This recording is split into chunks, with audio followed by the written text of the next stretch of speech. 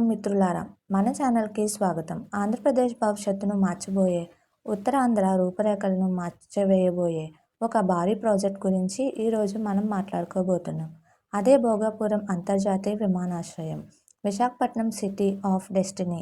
AP ఆర్థిక రాజధానిగా ఎదుగుతున్న ఈ నగరానికి ఇప్పుడు ఎయిర్పోర్ట్ సరిపోవడం లేదు. అందుకే వేల కోట్ల రూపాయల ఖర్చుతో అత్యాధునిక హంగులతో భోగాపురంలో ఒక కొత్త ఎయిర్పోర్ట్ రూపుదిద్దుకుంటుంది.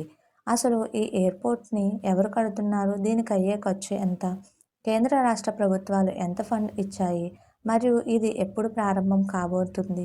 ఇలాంటి ఆసక్తికరమైన విషయాలన్నీ ఈ వీడియోలో డీటెయిల్గా తెలుసుకుందాం. వీడియోని ఎక్కడ స్కిప్ చేయకుండా చివరి వరకు చూడండి. అసలు విశాఖపట్నంలో ఇప్పటికే ఒక ఎయిర్పోర్ట్ ఉంది కదా, మళ్ళీ భోగాపురంలో కొత్తగా ఎందుకు కడుతున్నారు? ఈ ప్రశ్న చాలామందికి వస్తుంది.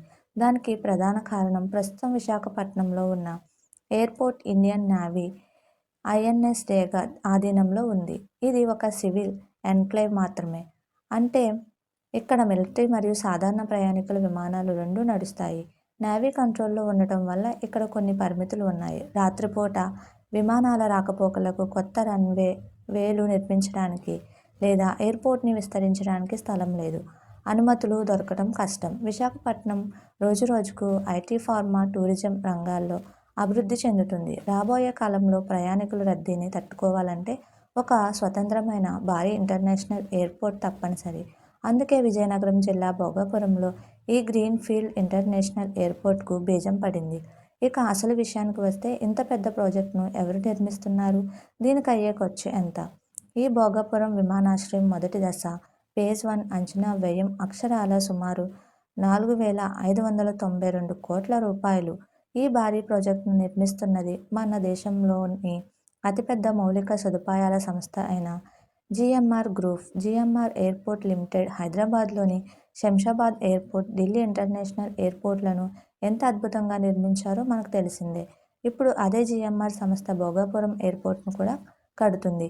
దీనికోసం జిఎంఆర్ సంస్థ GMR Visakhapatnam international airport limited GVIAL అనే ప్రత్యేక విభాగాన్ని ఏర్పాటు చేసింది. ఇక క్షేత్రస్థాయిలో ఈ ఎయిర్పోర్ట్ను నిర్మాణ పనులను ఈపీసీ కాంట్రాక్ట్ మరో దిగ్గజ సంస్థ అయిన ఎల్&టీ లర్సెన్ అండ్ టొబ్రోకి అప్పగించారు.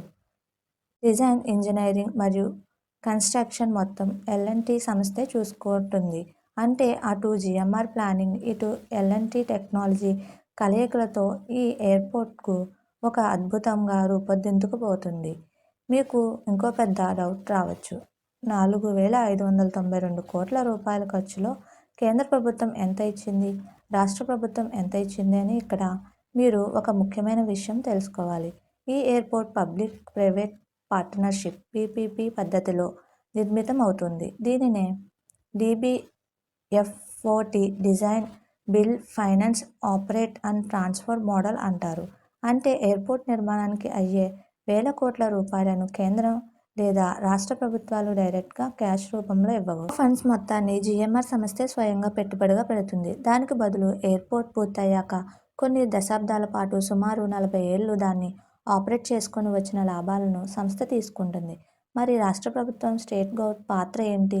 రాష్ట్ర ప్రభుత్వం చేసిన అతిపెద్ద సహాయం భూమి.